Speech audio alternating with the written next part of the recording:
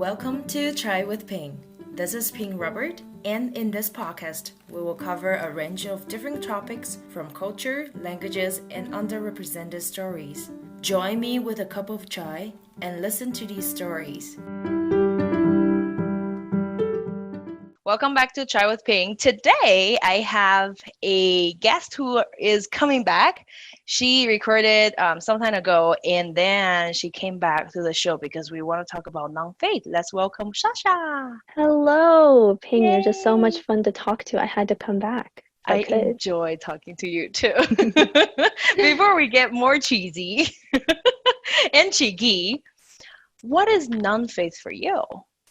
Absolutely. I think this is something I've thought about for a really long time.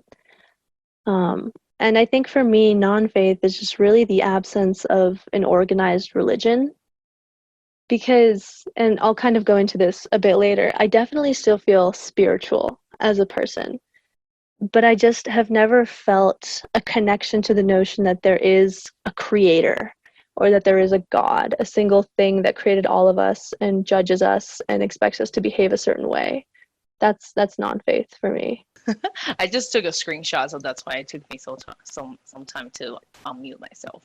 But then I was thinking, what was the journey for you before you? Because I thought like you told me that your mom were like Roman Catholic or something as Russians. Is it not like a common practice for you guys? And then so like, what's the journey before you became affiliated or have the notion of non-faith? Yeah, so in Russia, we actually practiced Russian Orthodox Christianity, which is like super intense Christianity. And my family went through, the era of communism where there was no religion. But after talking to my mom, she told me that it was really just kind of hidden religion, and everyone was still being baptized and still very religious, just it wasn't talked about. So I think in my family, at least, it's a very deeply ingrained thing that the relationship with God is something that has endured oppression. And so me kind of abstaining from it is unusual. And I think there's an underlying assumption that I will come to God at some point in my life, and that's just not really where I am right now. And I suppose for me, it was never hard to say that I didn't want to be Christian because my mom didn't particularly raise me to be very intensely religious. Like, we went to church on Easter. That was kind of it.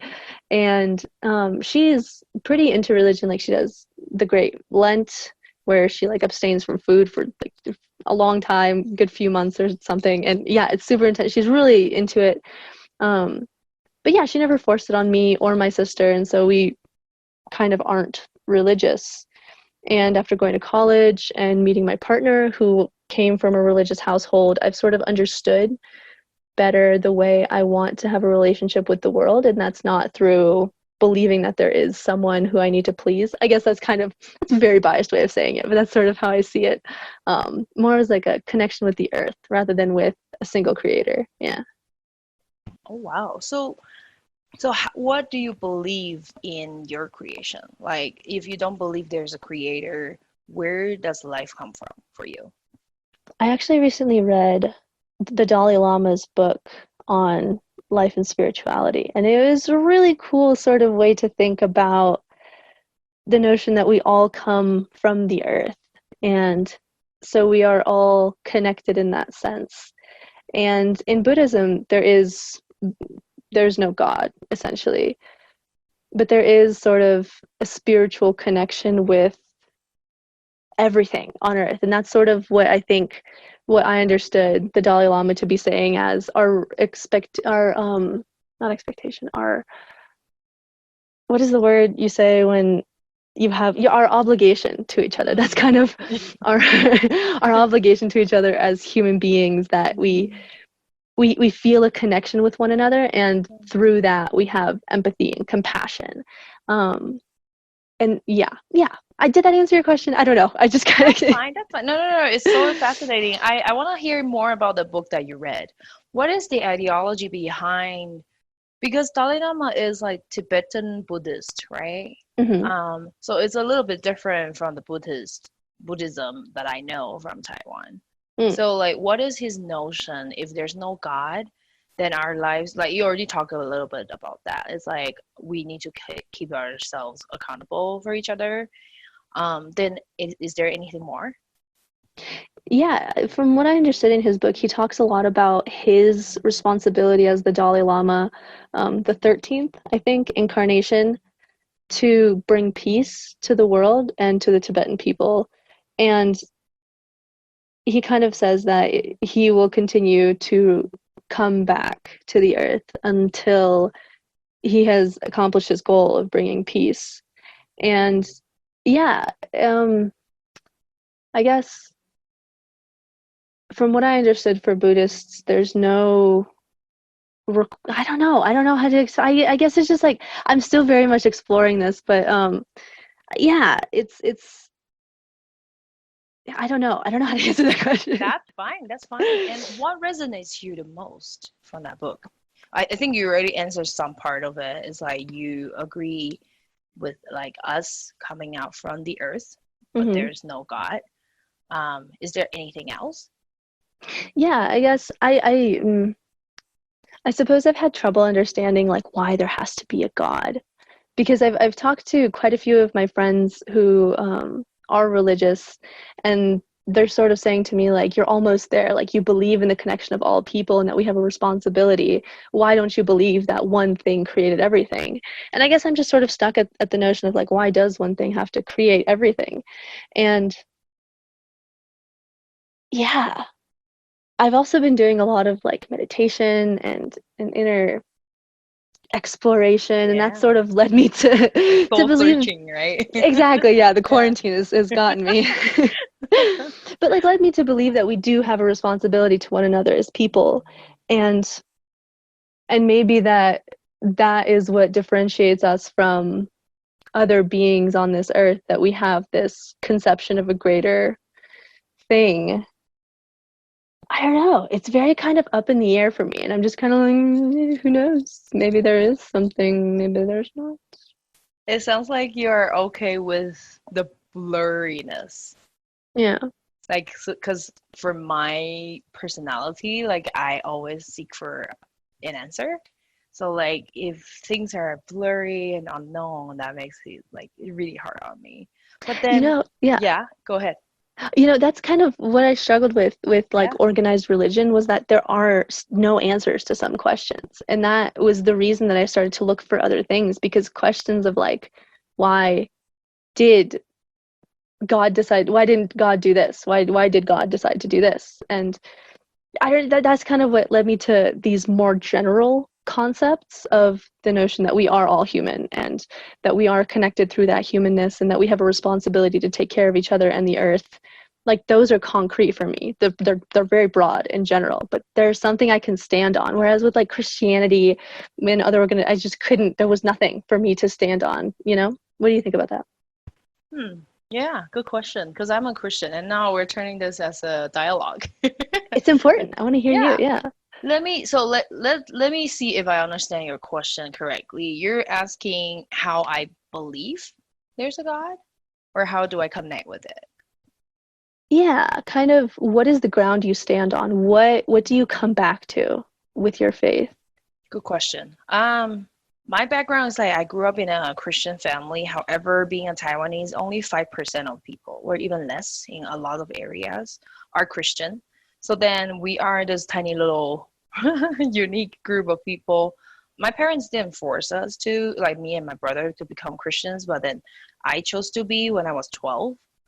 And I got baptized and all that. I think there are a lot of logical answers that I can provide to listeners and you. But for me, most importantly, is that I have a relationship with my creator. I know that Jesus Christ loves me, and there is a purpose for my life. And also, I know where I'm coming from. I know where I'm going to. And that gives me a huge assurance, because at the age of like maybe 11 and 12, I start asking my parents, why do we live on this like in this world if our life is only about testing? Because like in Taiwan, the educational system is quite stressful. I don't know about here, but like I felt very challenged. I hate math. I am not interested in learning nothing but like English and like humanity subjects. So then like I have a lot of struggles with science, chemistry, history, geography, and math and all that. But then when I went into junior high, there are a lot of tests. And every day it's a pile of test sheets. And I'm like asking myself and my parents and God, it's like, if my life's purpose is only take these tests, why am I even here? Right? And so there was like this urge of like searching for an answer, and I think I found it when I talked to pastors and the friends at church. Is just like, I know that I'm loved and I'm created for a purpose, and that's so important.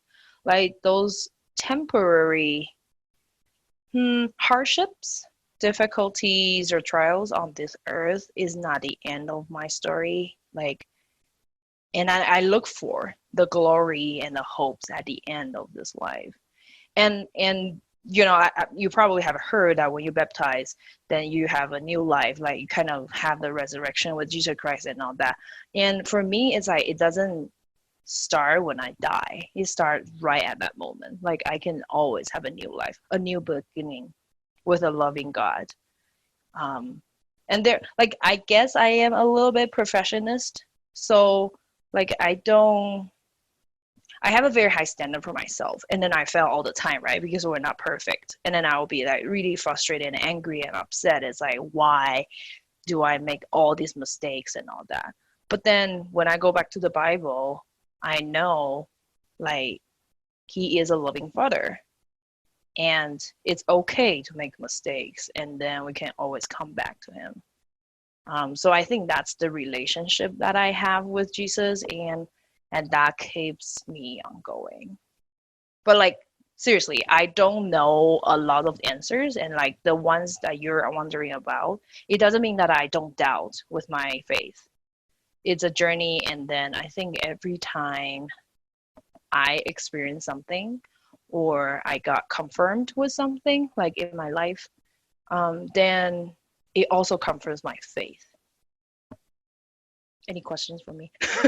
I feel I'm talking a No, lot. that was beautiful. No, and it really sounds like it came from hardship that you experienced as a young person and sort of Yeah. looking for your greater purpose, which is super cool. Yeah, yeah. Like so then that leads my question to you, because I feel like you also mentioned that you are still wondering and still like there's a lot of unknown happening. But like, do you find challenges in those?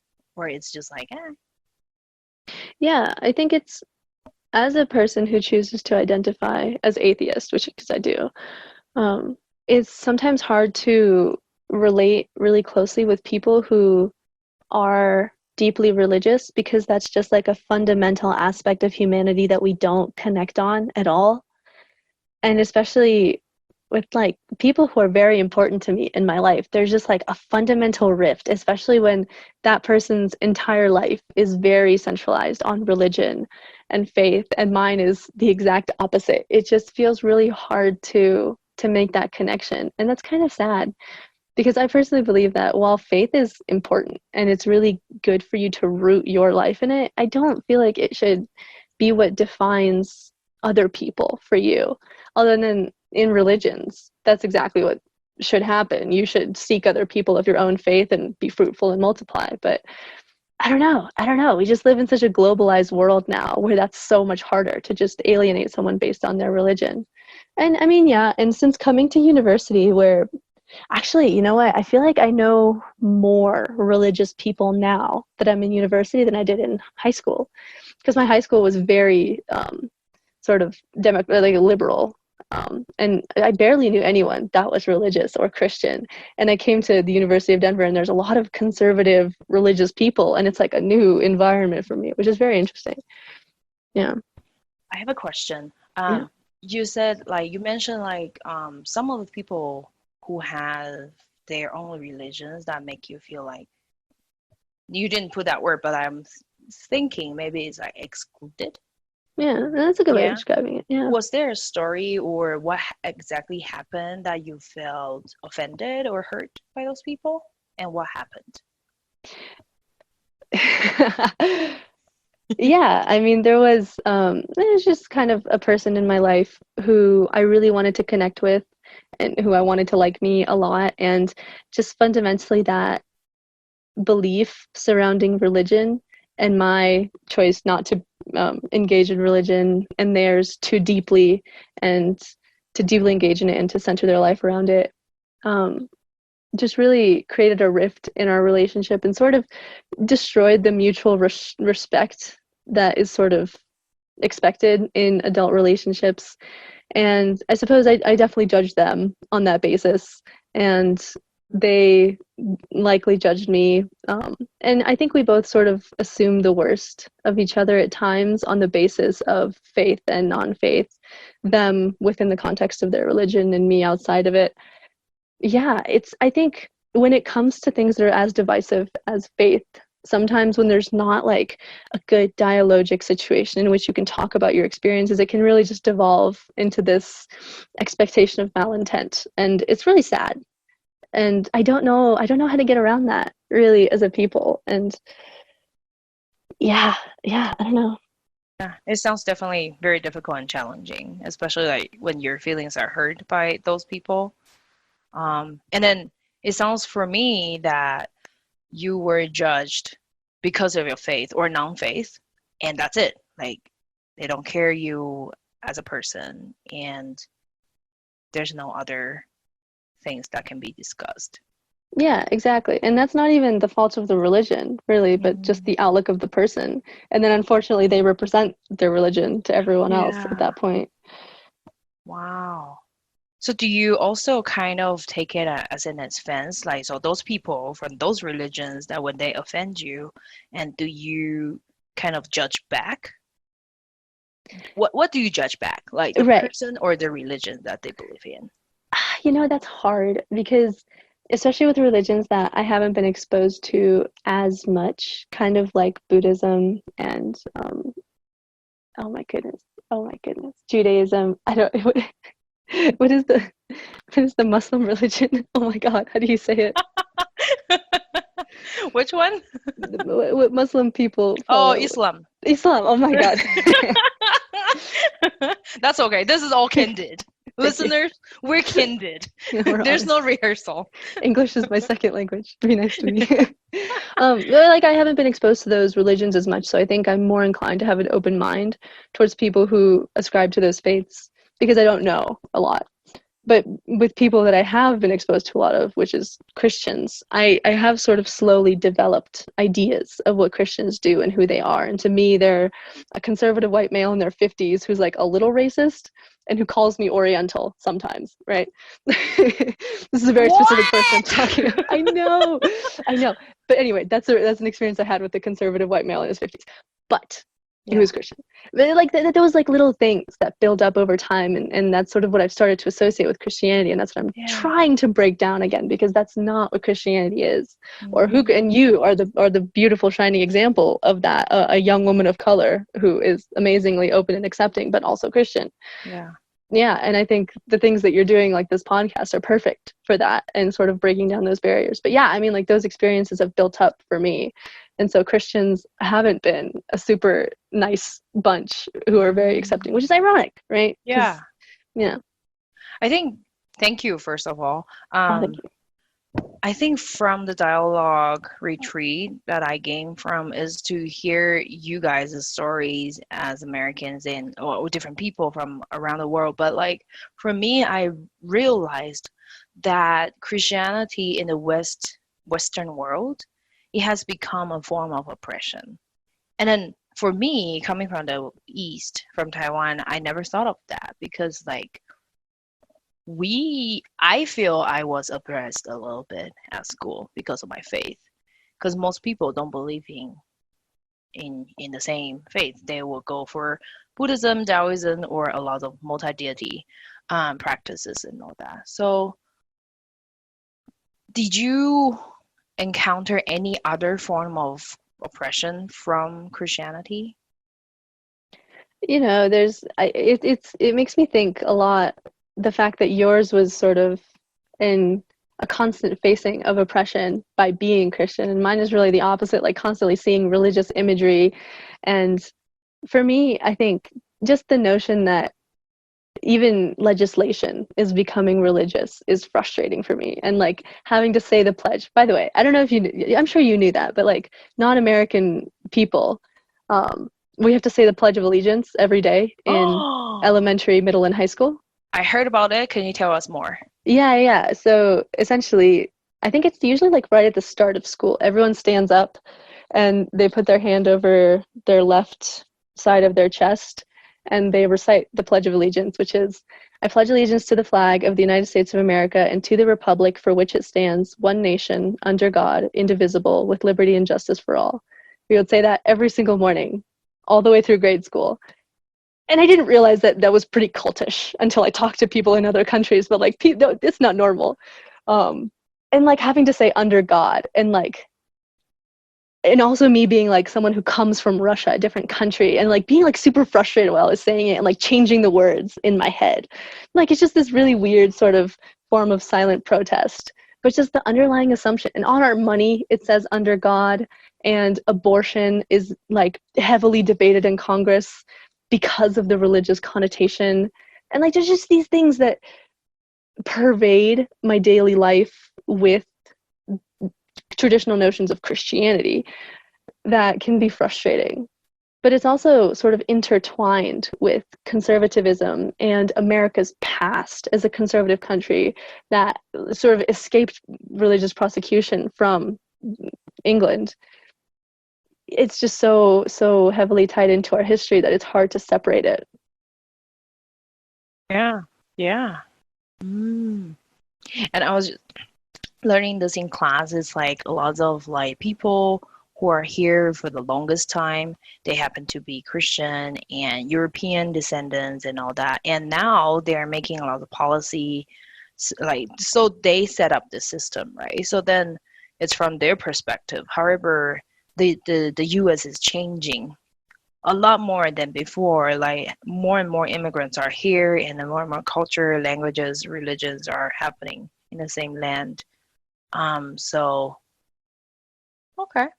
Exactly. It's like the leadership isn't representing the needs of the greatest generation, which are the younger people. Yeah. That's right. Yeah. Wow. Okay.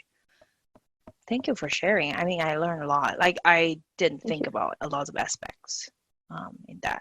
So like I think I also heard people saying that, under God, there could be other gods as well. So in a way it can be inclusive. What do you think about that? Yeah. I mean, that's a great way to think about it. Like different type, it doesn't specify under the Christian God. It could be under any single God, but it doesn't create space for people who believe in multiple gods or who don't believe in God. Yeah. Wow. But then again, like you can think in your own head, this is representing my God.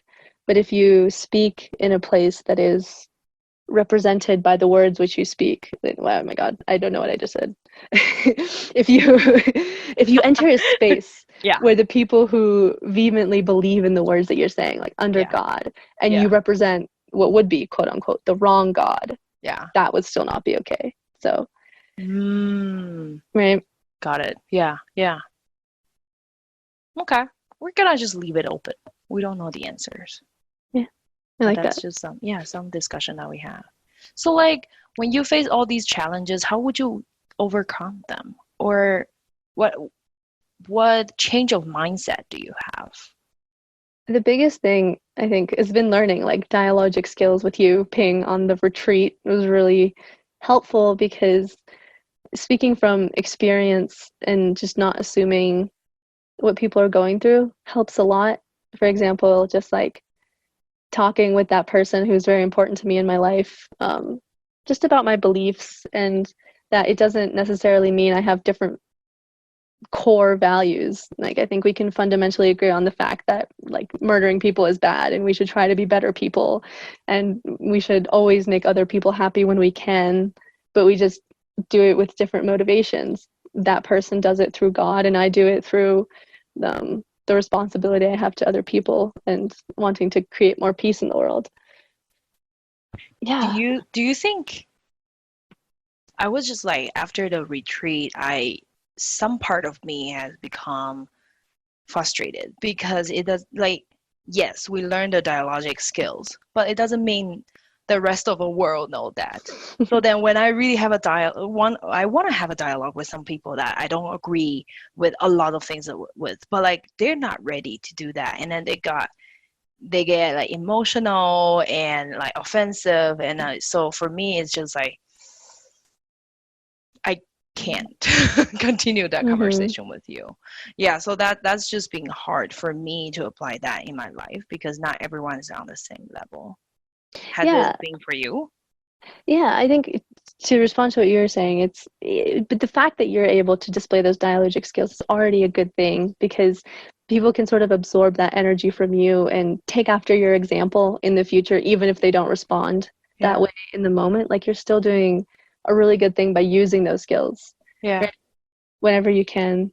I think, those skills and also just like additional conversational skills from this book called Crucial Conversations that we had to read in one of my classes has just been really helpful for kind of guiding people through that by asking like, what has your experience been with that, or what experience led you to say that?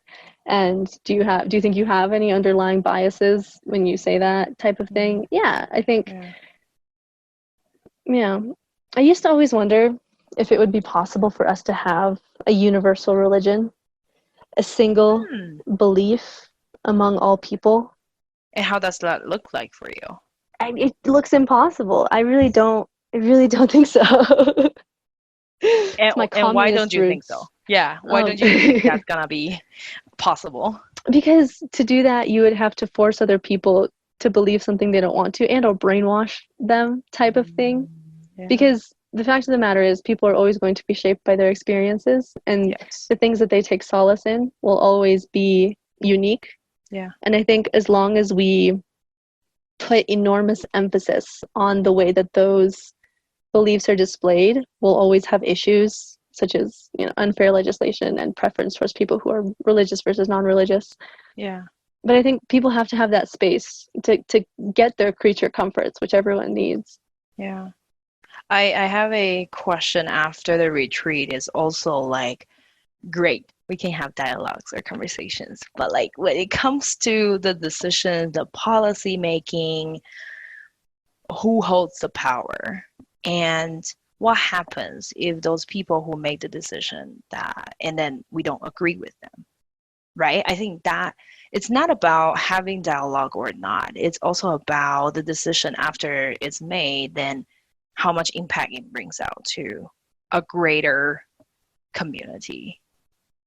And then so people are frustrated and angry and all that. So like right now, I see on the news like a lot of racial issues are happening and all that. But it's also because a lot of people who hold the power and they make that decisions. But like the people who are protesting and upset, they don't actually get a power. Right. Yeah. I mean, I suppose if we get enough people on the dialogue train, we can sort of write it along through the democratic process, right? I know, encourage people to go into office who represent our beliefs. And I mean, I suppose that cycle will always continue. But here's hoping we get some more good conversational, sort of deep skills in office. I think we are. I think we're on the way. I think you're very positive about this. And then I do agree with you because it's like awareness is the key, like the first step, right? And then later we can talk about decision making. But like, so you see the fundamental difference like between you and me. It's like you're thinking this is positive that we can have the skills. And then I probably write a train a little too fast to have a conclusion saying like who's making the decision, who has the power. No, you're asking the right questions though. You're asking the perfect questions. Yeah. Before we end, is there anything else you want to say? I think I'm all right. Yeah. Cool. All right. People, you can find Sasha just like last time. I will put the information in the episode note. Thank you so much, Sasha. Oh, thank you, Ping.